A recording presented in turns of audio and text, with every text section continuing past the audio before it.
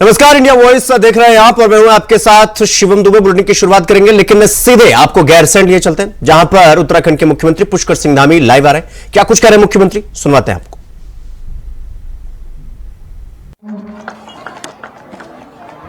24 वर्ष राज्य स्थापना के पूरे कर रहे हैं और 25वें वर्ष में हम प्रवेश कर गए हैं। रजत जयंती वर्ष हमारा प्रारंभ हो गया है। भाइयों बहनों, आज आदरणीय प्रधानमंत्री मोदी जी ने भी हम सबके सामने 5 उत्तराखंड वासियों के लिए 5 करने योग्य जो काम हैं, जो संकल्प हैं, वो रखे हैं।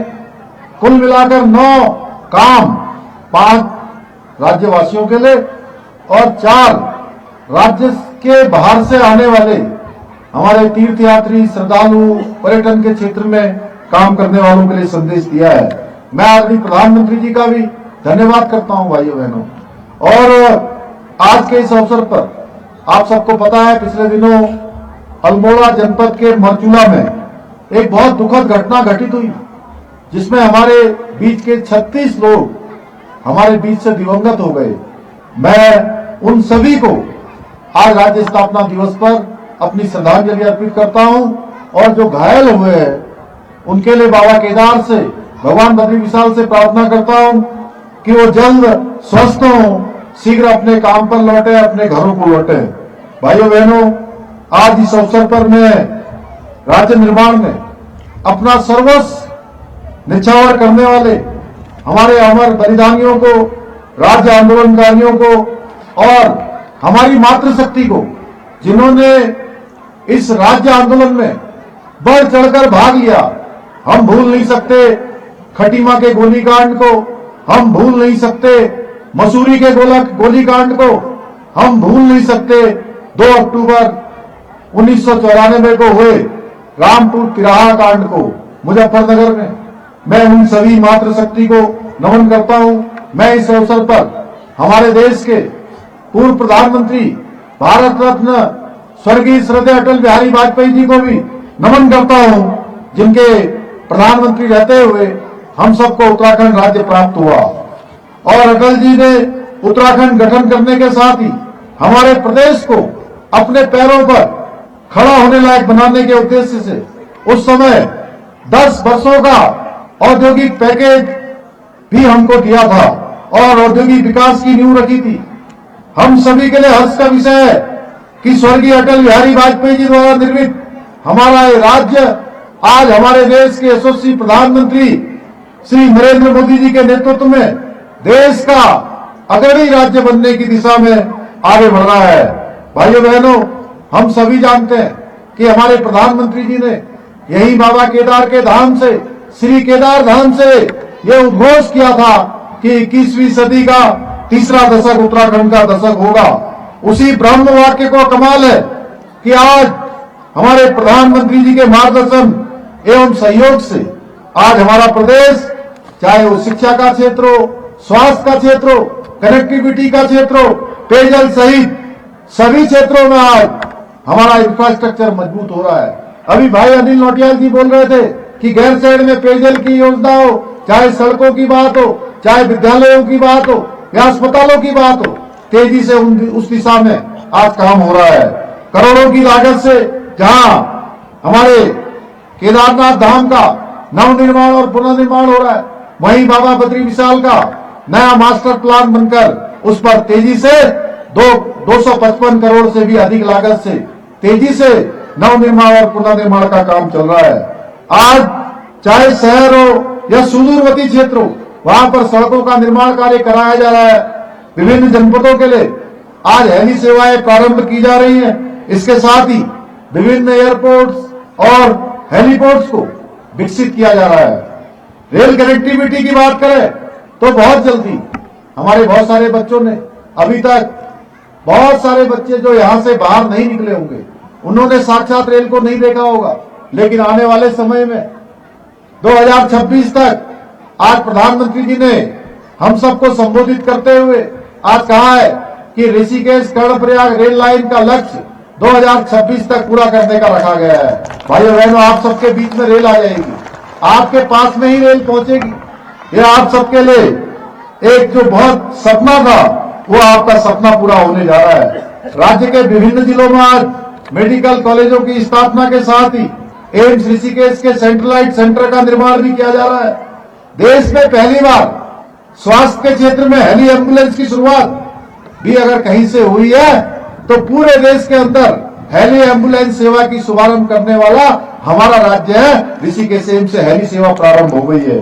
भाइयों बहनों, प्रदेश के स्कूलों में वृहद स्तर पर कंप्यूटर लैब, स्मार्ट क्लासेस तैयार करने के साथ ही उच्च शिक्षा को नया आयाम देने के लिए प्रदेश के 20 मॉडल कॉलेजों की स्थापना की जा रही है। इसके साथ ही आज उत्तराखंड पर्यटन के क्षेत्र में, कृषि के क्षेत्र में, बागवानी के क्षेत्र में, साइंस एंड टेक्नोलॉजी और उद्योग सहित विभिन्न क्षेत्रों में तेजी से आगे बढ़ रहा है, जिसकी वजह से राज्य में बड़े स्तर पर व्यवसाय, रोजगार और नौकरियों के अवसर सृजित हो रहे हैं। हमारी सरकार औद्योगिक नीति, लॉजिस्टिक नीति, स्टार्टअप नीति सहित अनेक नई नीतियां बनाकर राज्य के अंदर पूंजी निवेश बढ़ाने का कार्य भी कर रही है।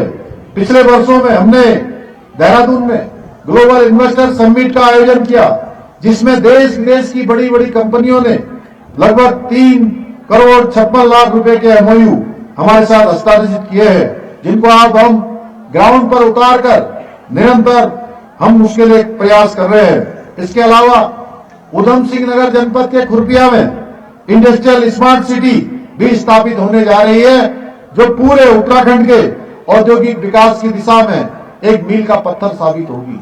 इसके बाद रोजगार सृजन की दिशा में भी लाखों नौजवानों को पूरे उत्तराखंड के वहां पर रोजगार मिलने के अवसर प्राप्त होंगे और पलायन की जो समस्या है वो जड़ से हम सब समाप्त कर सकेंगे। हम सभी आर्थिकी को बढ़ाने पर ही केवल कार्य नहीं कर रहे हैं, बल्कि प्रदेश में इकोनॉमी और इकोलॉजी के बेहतर समन्वय के साथ आगे बढ़ रहे हैं, ताकि एक स्थायी भविष्य की ओर बढ़ते हुए प्राकृतिक संसाधनों का संरक्षण भी सुनिश्चित किया जा सके। आज उत्तराखंड देश का पहला ऐसा राज्य है जहां जीडीपी की तरह ही जीईपी यानी ग्रॉस इन्वायरमेंट प्रोडक्ट का इंडेक्स तैयार करके जल, जंगल और जमीन, पर्वतों के पर्यावरणीय योगदान का आकलन किया जा रहा है। भाइयों बहनों, हम इसका हम एक सूचकांक तय कर सकते हैं कि हम विकास कितना कर रहे हैं और विकास के लिए हम क्या कीमत अदा कर रहे हैं। इस सब में हमारा क्या योगदान होगा। हमने जीईपी लागू करने के बाद इस दिशा में तेजी से कदम बढ़ाए हैं। इंफ्रास्ट्रक्चर को मजबूत कर प्रदेश के विकास को गति देने के साथ ही हमारी डबल इंजन की सरकार अनेक जन कल्याणकारी योजनाओं को लागू कर रही है। चाहे आज महालक्ष्मी किट योजना हो, लखपति दीदी योजना हो, आयुष्मान भारत योजना हो, वृद्धावस्था पेंशन योजना हो या 3 सिलेंडर गैस रिफिल योजना हो, अटल आवास योजना हो और होम स्टे योजना जैसी अनेक योजनाएं आज हमारे प्रदेश के लोगों के जीवन स्तर को बेहतर बनाने का काम कर रही है। आपको जानकर खुशी होगी, लखपति दीदी योजना के अंतर्गत अब तक उत्तराखंड में लगभग 1 लाख बहनों ने लखपति दीदी बनने में सफलता प्राप्त कर ली है। वहीं हमने अनेक ऐतिहासिक निर्णय लेकर राज्य के विकास को सुनिश्चित किया है। कठोर निर्णय भी लिए, जहां हमने उत्तराखंड राज्य की स्थापना में सबसे महत्वपूर्ण योगदान देने वाले हमारे राज्य आंदोलनकारियों को 10% का क्षैतिज आरक्षण देने का निर्णय लिया है। वहीं हमारी मातृशक्ति, जिन्होंने उत्तराखंड राज्य आंदोलन में बढ़ चढ़कर भाग लिया, अब उत्तराखंड की सरकारी नौकरियों में 30% का आरक्षण भी उनके लिए हमने सुनिश्चित कर दिया है। भाइयों बहनों, हमने विधेयक लाकर प्रदेश में यूसीसी का कानून पास करना हो या देश का सबसे कड़ा नकल विरोधी कानून लागू करना हो या फिर धर्मांतरण रोधी कानून हो, दंगा रोधी कानून लागू करना हो, हमारी सरकार ने कई कड़े कानूनों को लागू करके प्रदेश के अंदर सुख, शांति और सुशासन स्थापित करने का काम किया है। इसके साथ ही हमने लैंड जिहाद के खिलाफ कठोर कार्रवाई करके 5,000 एकड़ से भी ज्यादा जमीन को अवैध कब्जों से मुक्त कराने का काम किया है। भाइयों बहनों, हमने राज्य में दंगा रोधी कानून बनाकर और थूक जिहाद के खिलाफ कड़ी कार्रवाई करके ये बता दिया है कि देवभूमि की महान संस्कृति से खिलवाड़ करने वालों को हम किसी कीमत पर नहीं बख्शेंगे, उनके खिलाफ हम कठोर कार्रवाई करेंगे। इसके साथ ही हम राज्य के अंदर एक सख्त भू कानून लाकर राज्य के मूल स्वरूप के साथ खिलवाड़ करने वालों के खिलाफ भी कार्रवाई सुनिश्चित करेंगे। राज्य में तो यहां पर एक छोटे से ब्रेक के लिए खबरों का सिलसिला जारी है, फौरन लौट रहा है। तो ब्रेक के बाद एक बार फिर आप सबका स्वागत है मेरे साथ। रुक करें अगली खबर के पहले, उससे पहले आपको सीधे अलीगढ़ लिए चलते हैं, जहां पर मुख्यमंत्री योगी आदित्यनाथ लाइव आ रहे हैं। क्या कुछ कह रहे हैं मुख्यमंत्री, सुनवाते हैं आपको। टैक्स से चलने वाला एक ऐसा संस्थान जो अनुसूचित जाति, जनजाति और पिछड़ी जाति के लोगों को कोई आरक्षण नहीं देता है, लेकिन वहां पर मुसलमानों के लिए 50% आरक्षण की व्यवस्था वे लोग अपने स्वयं के माध्यम से करने का प्रयास करते हैं। और यही मामला चल रहा है माननीय उच्चतम न्यायालय में। बहनों और भाइयों, भारत का संविधान अनुसूचित जाति, जनजाति को और मंडल कमीशन की रिपोर्ट के आधार पर पिछड़ी जाति के लोगों को आरक्षण की सुविधा देता है, लेकिन ये सुविधा अलीगढ़ मुस्लिम विश्वविद्यालय में क्यों नहीं मिल पाती है? क्यों नहीं मिल पाती है? जब भारत का पैसा बना है तो अनुसूचित जाति, जनजाति और पिछड़ी जाति के लोगों को भी वहां आरक्षण की सुविधा का लाभ मिलना चाहिए, नौकरी में भी मिलना चाहिए और अनुसूचित जाति और पिछड़ी जाति के बच्चों को प्रवेश में भी वहां सुविधा प्राप्त होनी चाहिए थी। लेकिन क्यों बंद किया गया? क्योंकि कांग्रेस नहीं चाहती है, समाजवादी पार्टी नहीं चाहती है, बहुजन समाज पार्टी नहीं चाहती है, क्योंकि इन सबको वोट चाहिए। वोट बैंक को बचाने के लिए ये लोग आपकी भावना के साथ और राष्ट्रीय एकता और अखंडता के साथ खिलवाड़ कर रहे हैं। ये लोग इसके साथ खिलवाड़ कर रहे हैं, राष्ट्रीय अस्मिता के साथ खिलवाड़ कर रहे हैं। आपने इससे पहले पिछले सप्ताह देखा होगा, जम्मू कश्मीर विधानसभा ने एक प्रस्ताव पारित किया है। जम्मू कश्मीर में नेशनल कॉन्फ्रेंस और कांग्रेस की सरकार है, उसने प्रस्ताव पारित किया है कि कश्मीर में फिर से 370 की बहाली होनी चाहिए। बहनों और भाइयों, ये जानते थे कि बाबा साहब डॉक्टर भीमराव अंबेडकर नहीं चाहते थे कि भारत के संविधान में धारा 370 जुड़े, लेकिन पंडित नेहरू की जिद ने जबरदस्ती इस धारा को भारत के संविधान में जुड़वाया।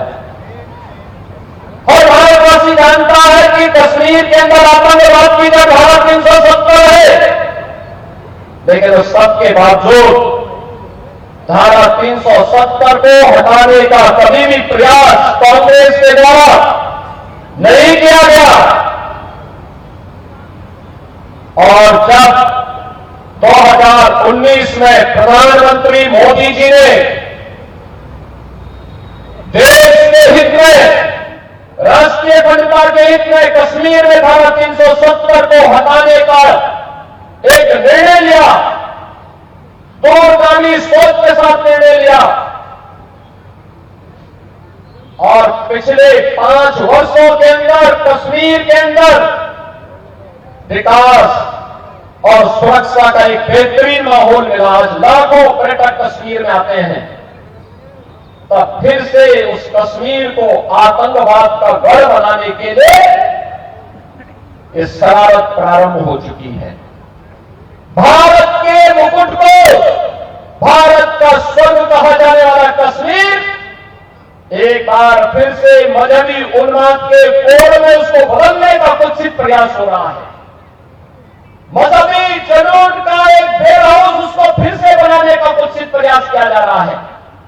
और इसीलिए आपसे कहने के लिए आए हैं, जो मैं आपसे कहता हूं कि कांग्रेस जब भी सफल होगी आपको विभाजित करके सफल होगी। और इसीलिए मैं कहता हूं, बटिए मत, बटे थे तो कटे थे। मैं इसीलिए बार बार कहता हूं, ये देश का इतिहास बताता है, बटे थे तो राम मंदिर का अपमान हमें झेलना पड़ा था। मथुरा में भगवान श्री कृष्ण की, कृष्ण कन्हैया की जन्मभूमि का अपमान हमारे सामने आया था। भगवान विश्वनाथ का अपमान हमारे सामने आया था। क्या कुछ नहीं हुआ था हमारी मां बहनों के साथ में? क्या कुछ नहीं हुआ था बहन और बेटियों के साथ में? अगर इस सब के बावजूद भी गांधारी की तरह आंखों पे पट्टी बांध करके हम जाति के नाम पर बटे हुए हैं, अपने स्वार्थों में बटे हुए हैं, तो बहन और भाइयों, कटने के सिवाय हमारी दूसरी नियति नहीं हो सकती है। रुक करेंगे खबरों की ओर। एमआई बिल्डर को लेकर बड़ी खबर आपको बता दें कि ईडी ने आवास विकास और एलडीए से जवाब मांगा है। एमआई बिल्डर को एनओसी लाइसेंस देने पर जवाब मांगा है और अनुमति देने वाले अधिकारियों के नाम बताने को कहा गया है। तो भूमि बिल्डर के नाम दर्ज कराने वाले तहसीलदार का नाम पूछा है और एमआई बिल्डर मामले में अब अधिकारी जो है वो जांच के घेरे में है। और लखनऊ में ईडी के जोनल कार्यालय ने अफसरों के नाम पूछे, आवश्यक अनुमतियां देने वाले अफसरों के नाम पूछे गए हैं। अर्जुनगंज में एमआई बिल्डर की टाउनशिप का यह पूरा मामला है। तो ये बड़ी खबर हम आपको बता रहे हैं। अनुमति देने वाले अधिकारियों के नाम बताने को कहा गया है और बिल्डर्स को एनओसी लाइसेंस देने पर जवाब मांगा गया है। तो ईडी ने आवास विकास और एलडीए से जवाब मांगा है। एमआई बिल्डर को लेकर यह बड़ी खबर हम आपको बता रहे हैं। आवश्यक अनुमति देने वाले अफसरों के नाम पूछे गए हैं।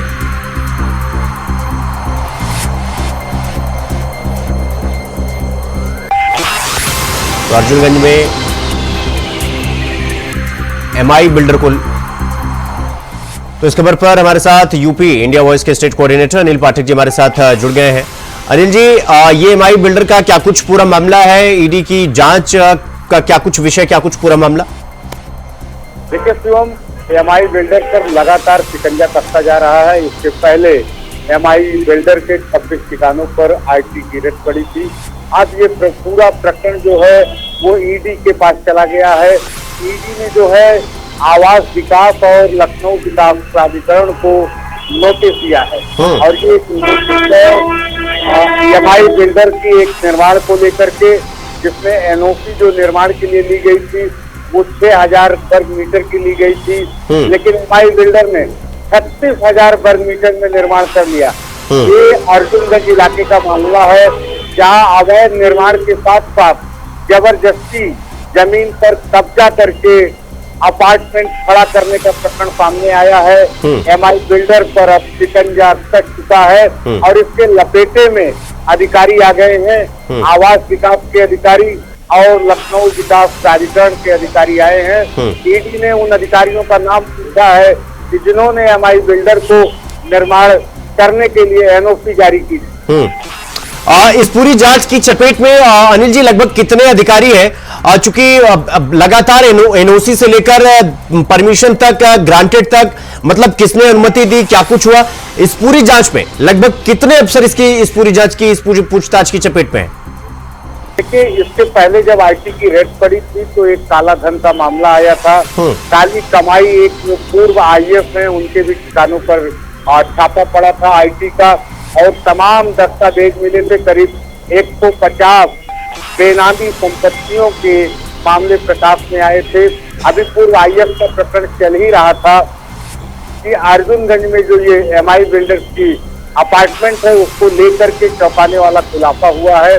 जो संज्ञान में आया है, इसमें एमआई बिल्डर्स ने करीब 30,000 वर्ग मीटर जमीन जो है वो केवल एग्रीमेंट कराई थी, बैनामा भी नहीं लिया था और संबंधित व्यक्ति के पैसे का भुगतान भी नहीं कराया था। बावजूद इसके उसने वहां पर बड़े पैमाने पर निर्माण करा लिया, स्विमिंग पूल बना लिया और गाड़ियों के खड़े करने के लिए गैराज बना दिए, अपार्टमेंट खड़ा कर दिया।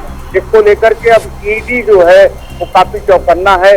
ईडी की तरफ से लोक निर्माण विभाग को, एलडीए और आवास विकास को जो है वो नोटिस जारी की गई है और ये जानकारी हासिल की जानी चाहिए कि आखिर कौन कौन से अधिकारी हैं जो इसमें एमआई बिल्डर्स के साथ जुड़े हुए हैं और एमआई बिल्डर्स के काले कारनामों में उनका सहयोग करते रहे हैं और जिन्होंने अभी तक सहयोग किया है, अगर वो रिटायर भी हो चुके हैं तो उनका भी डाटा जो है वो ईडी खंगाल रही है।